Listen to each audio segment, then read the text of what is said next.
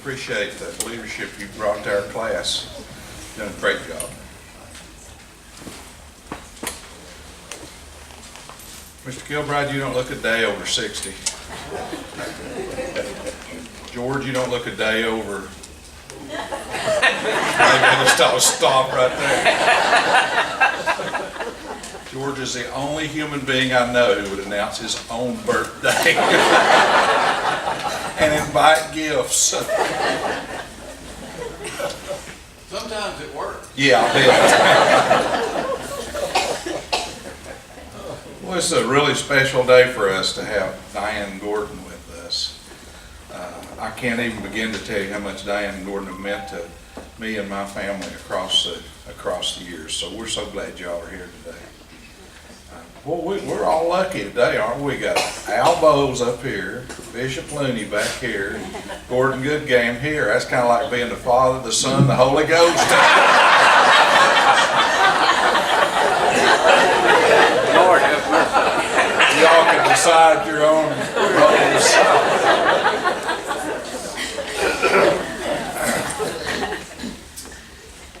Now I'm going to be a little serious, okay? And I'm glad for the opportunity to do this.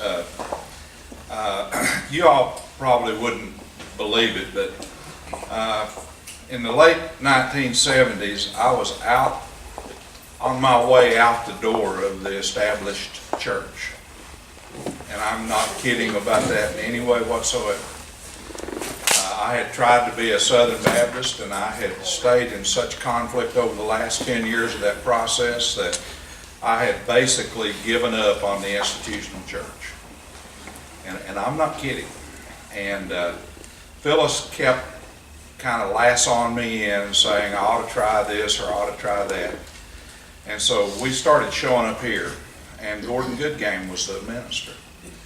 And if it had not been for what I saw in Gordon Goodgame and the way that ministers ought to be and the way they ought to have influence on communities and lead congregations, I got a feeling we'd never have crossed this path, and maybe lots of other paths along the way. So in my life, I am deeply grateful to the influence of Gordon Goodgame. Gordon, you know I mean that with all my heart. And you humble me with it, and we're thrilled with what your ministry has brought to all this community. Well, it's like Reggie was saying a while ago, it's kind of your pleasure. So, thank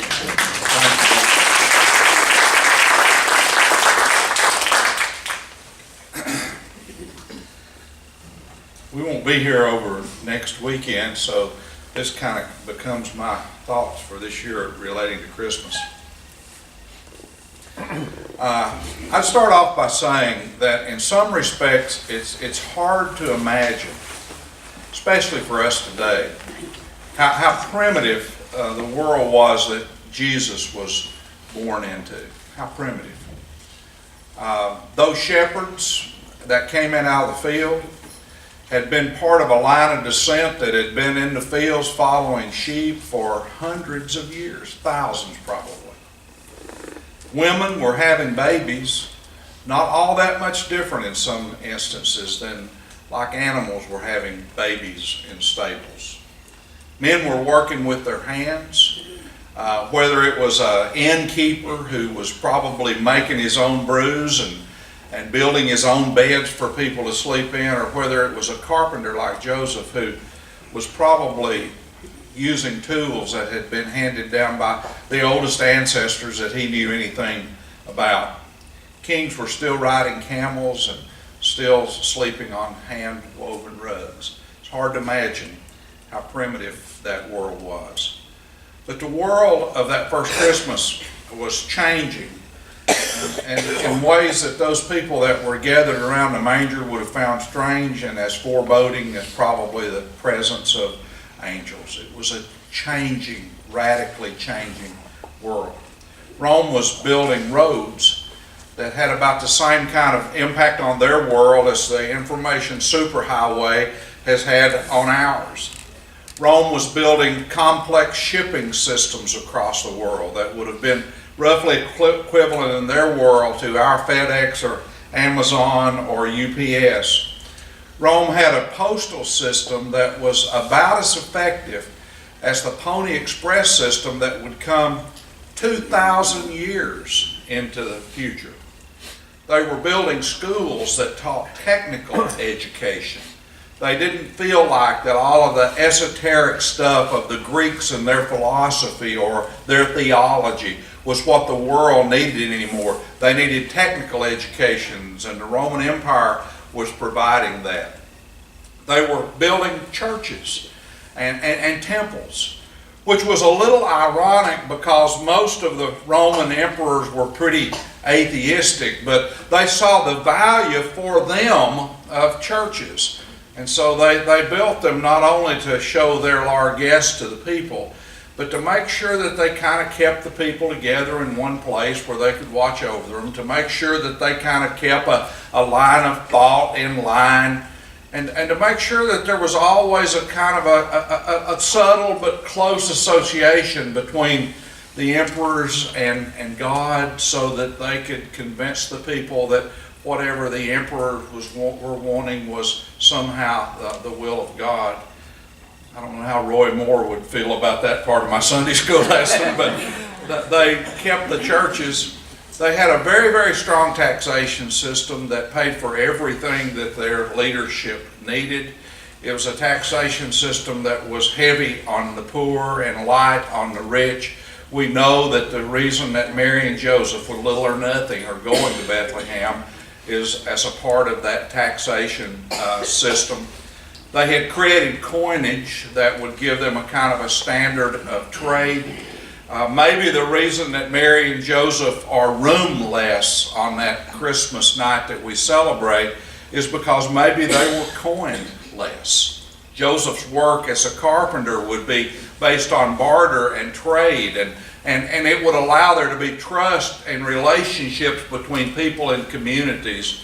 The coin system that the Romans invented would probably diminish the power of those relationships. They created a system of governmental administrators, people like the Pilates of the world and people like the Herods of the world that we remember in Jesus' story. And that's the problem. They had these administrators that ran their government systems, but they were very self-centered. They had these administrators that ran their government systems that were usually the result of wealthy or rich nepotism. They had these administrators that had powerful armies with the most sophisticated weapons of that world. They lived by might makes right.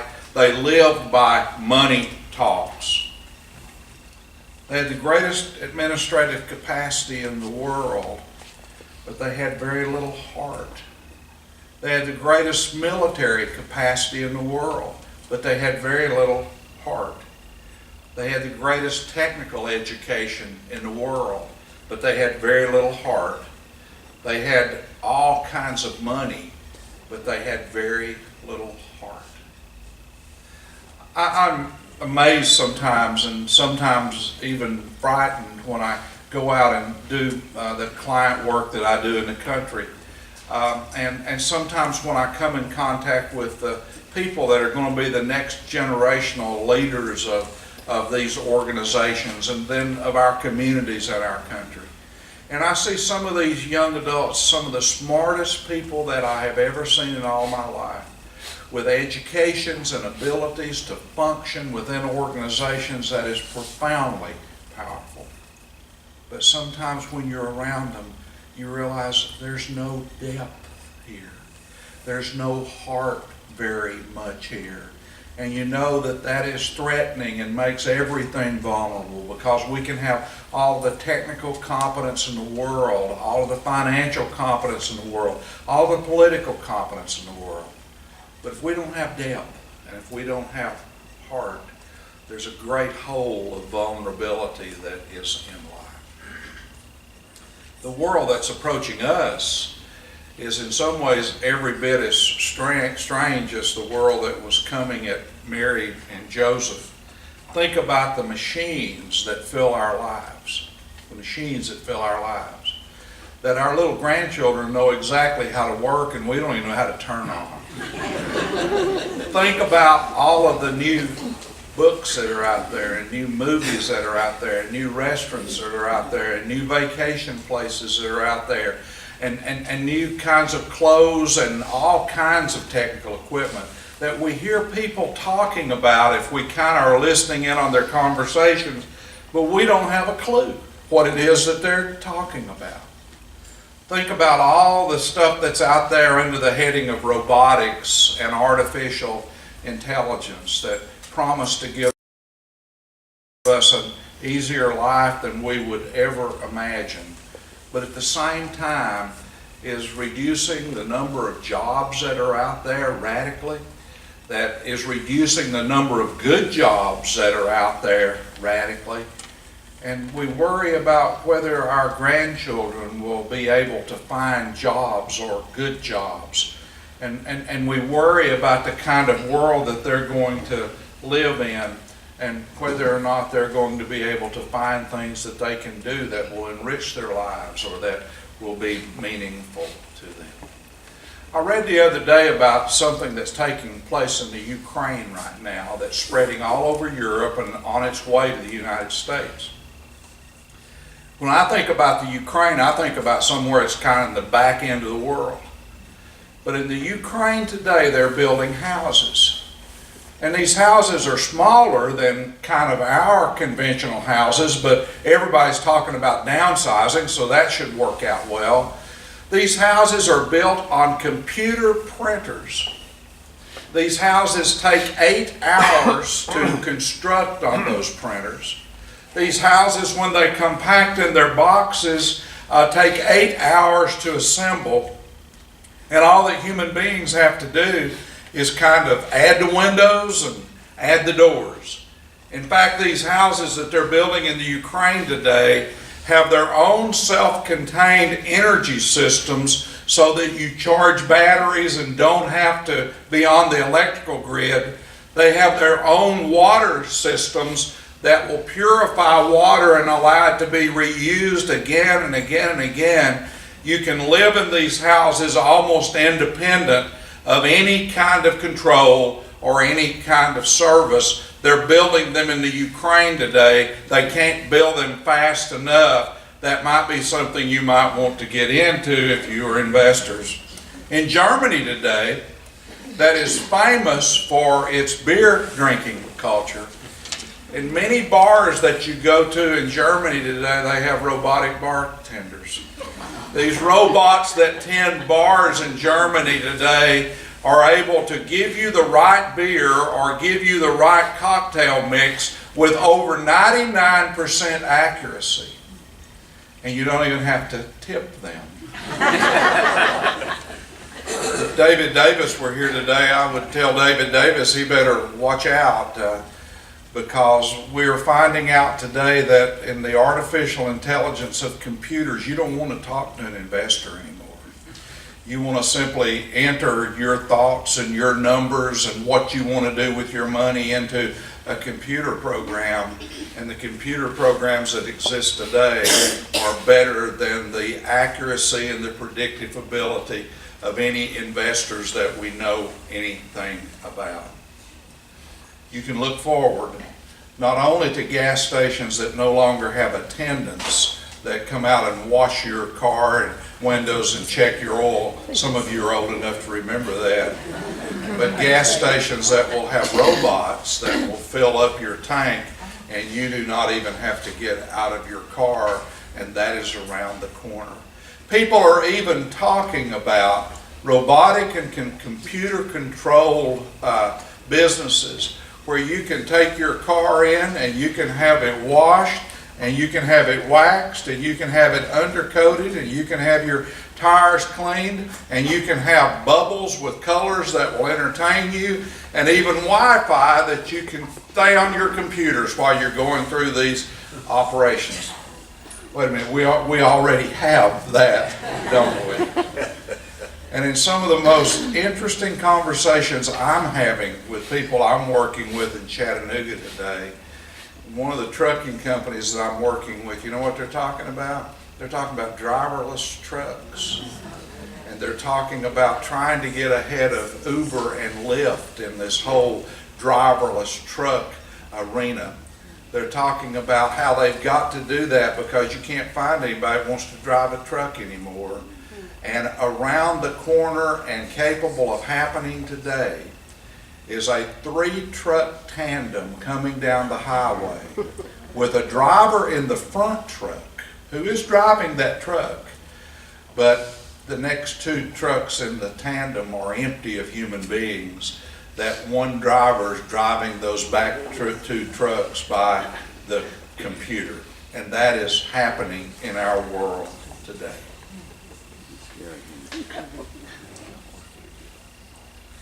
But the old problem that the Roman world had in Jesus' day is still the problem that we have today. It's all about heart. Y'all know who Nick Chopper is? Sounds like a new rock star. Nick Chopper. Now then, you're going to go on Jeopardy and win a lot of money. Just remember who told you this. Nick Chopper was a character that was introduced, a literary character that was introduced in 1900 by a guy named Frank Baum, a writer, B-A-U-M. Nick Chopper was a character in a story he wrote who was a woodcutter. Nick Chopper, get it? And he would go out and make all kinds of money with the way that he would wield his axe with wood and trees. Nick was in love. He was in love with a beautiful young maiden, and all of his affection and attention were given to her, and all he wanted to do was to marry her. Only problem, she was the servant girl of an old rich woman. And the old rich woman didn't want to give up her servant girl. Didn't care about things like love. And so the old rich woman had connections, and one of her connections was to a magic witch. And the magic witch came and took Nick's axe and turned it into an enchanted axe.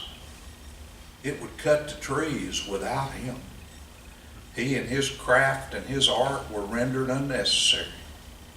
When it got through cutting the trees, it decided it would cut on old Nick. And every time it would cut off a limb, it would be replaced by a tin limb. You know where this is going. Nick Chopper becomes first the Tin Woodsman, and then finally the Tin Man of the Wizard of Oz that didn't have heart and could not love. We suddenly get an idea that in 1900 that this writer, Frank Baum, wasn't creating a children's story. He was creating a commentary on a time now over a century ago in which people's lives were becoming more machine-like and tin-like, and people were losing heart. What does it mean to have heart? And here's the crux of the lesson. What does it mean to have heart? That's what the Christmas story teaches us. If we have heart, we're capable of joy. And think about the joy that all of those people surrounding that manger and that Christ child were experiencing. If we have heart, we're capable of wonder. And think about the Bible and the way that it describes these people leaving their sheep and coming out of their field and coming from other great distances, filled with a sense of wonder. If we're going to have heart, then we have to be capable of excitement. And the Bible says that when these people came to Bethlehem, they came in great haste. If we're going to have heart, we have to be capable of pondering. And remember how that Bible story tells us that Mary is in the back corner of the room watching all that's going on and begins to ponder in her heart. And if we're going to have heart, we have to be capable of glorifying and praising. And that story tells us that when those shepherds retreated from Bethlehem and went back to their fields, they went back to their fields glorifying God and praising God.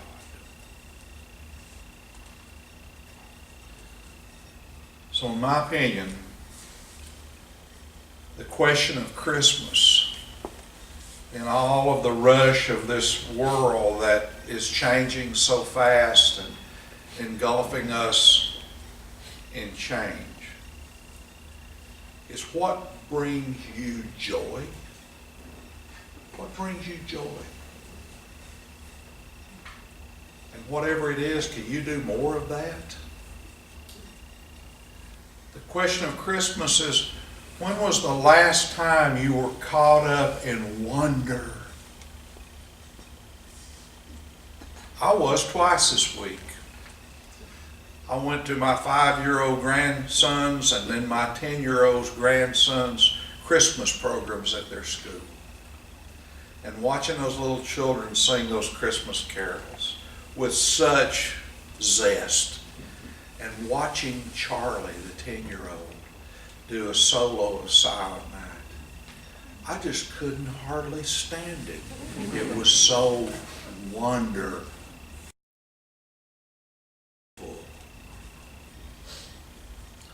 What are you excited about? What are you making haste to get to? And I'll bet you it's not a shopping mall or the next Christmas party. What are you pondering in your heart?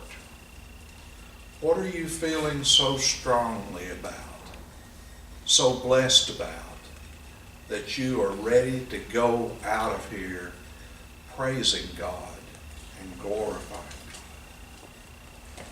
Or have all these feelings, joy and wonder and pondering and excitement and glorifying and praising, become so neutered that it threatens to turn us all into 10 people? I'm totally convinced that we live in a world that has great ideas, concepts, ideas, theories, thoughts. I'm convinced that we live in a world that has great things, more than can fill even the biggest Christmas stocking or wish list. But what about great relationships? And maybe at the end of the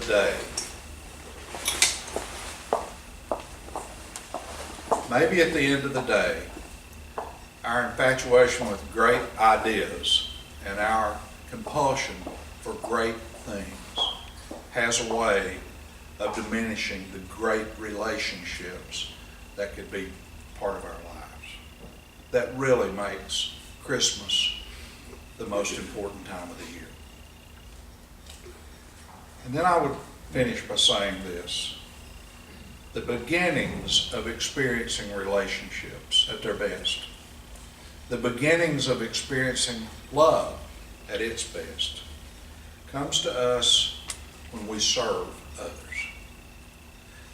That's what God was doing for us at that first Christmas, serving us the greatest gift of all experience. And that's even what that innkeeper was doing when he served up a warm and dry place where a woman and her husband could have a child. The great writer Khalil Gibran once wrote, "I slept and I dreamed that life was joy.